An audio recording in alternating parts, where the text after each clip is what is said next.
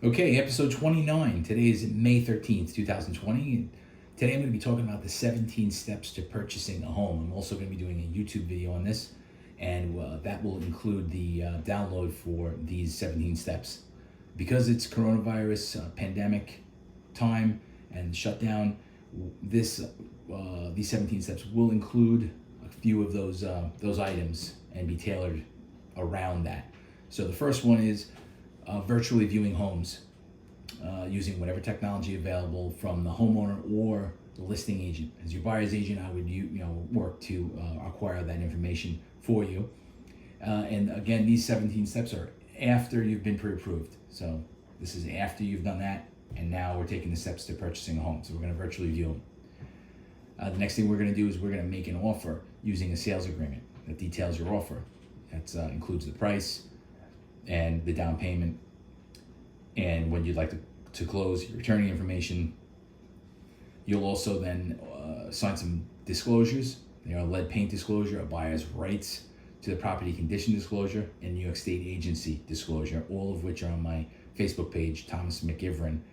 You can follow me there under the videos. I describe all of these and go over them. Also have copies of them with links to them. The next thing we're going to do is I'm going to need a pre-approval, a copy of your pre-approval. Right? We're going to get that before we start, though. And so you'll give me a copy of that, or I'll already have one. But if you do make an offer, you're going to need to attach that to these other forms when you make your offer. I'll negotiate your offer and advise you on best tactics and strategies to achieve your goals for purchase.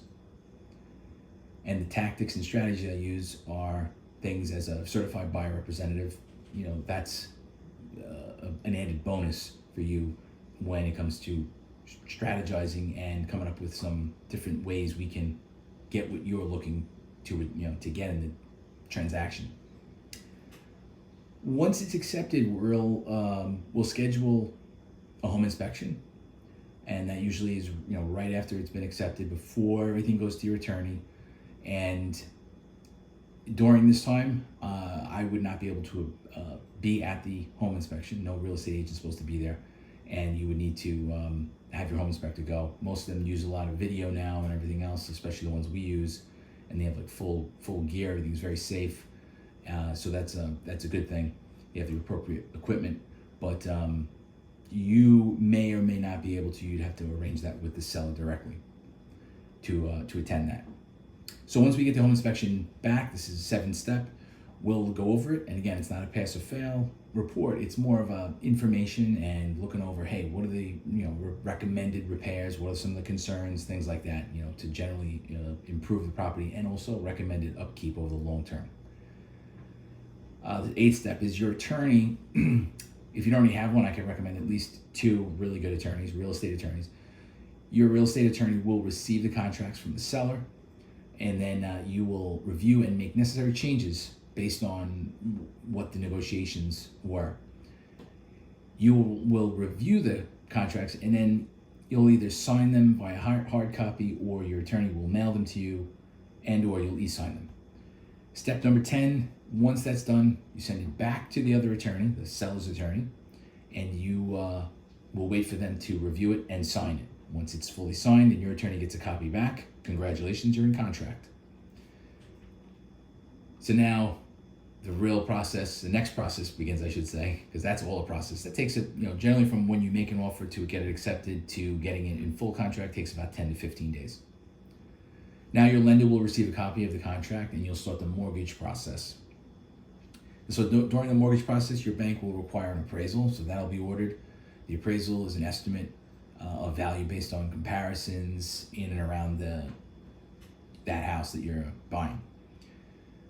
Your attorney during this process will order title. Okay, now when all of these things occur depends on how your lender handles it and how your attorney is coordinating with your lender. But the title work, it involves a process where the home is they're free of encumbrances. They make sure there's no liens, violations, open permits, things like that. Also, survey will review a survey. Once all that's done, you will receive a commitment and a clear to close.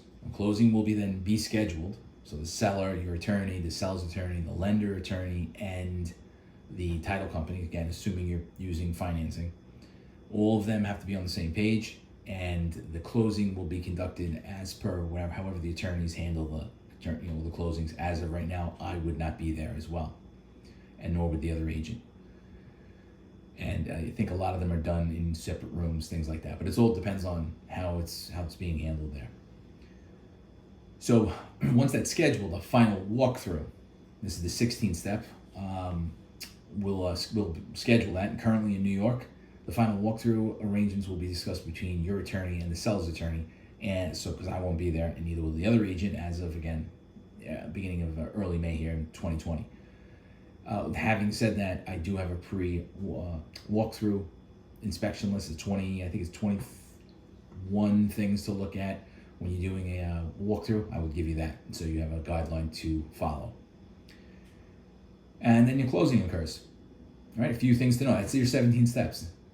So a few things to note. When you do close, you may not get the keys at the closing. It's called post-possession. That's where you close, and then the homeowners that are there, the sellers, would stay there and remain there for a few days, usually 3 to 5 days before they move, and then you'll go back, do another walkthrough on your own, and then get the keys from them. It's standard. It's written in pretty much every contract. Try and negotiate that up front so you understand what's going on, but sometimes sellers can't move beforehand and actually give you the keys at closing, so that can happen. During this process, another thing I want to note is a lot of little things could pop up, whether you're doing this on your own without a buyer's agent, which is okay, but you have to be aware that things can pop up, and a lot of fires need to be put out sometimes. Crazy stuff can happen too. So that's it. That's the home buying process in a nutshell. If you have any questions, feel free to reach out to me. My number is 631-831-9048. Like I said, this is going to be on YouTube. If you're needing any other information about the home buying process, feel free to check out my website, tommcgiveron.com. I have a ton of videos there. And also, again, my Facebook page is fb.me/Thomas McGiveron. This is a quick podcast today. Again, episode 29, the Long Island Housing Podcast. Thanks for listening. Be well. So guys, if you like this video, please hit the subscribe button. That would be awesome. And give me a thumbs up. And subscribe to my channel. Watch the next video. That would be so cool. And especially if you have any questions about buying a house or anything else, would love to help you out. Thanks again. We'll see you in the next video.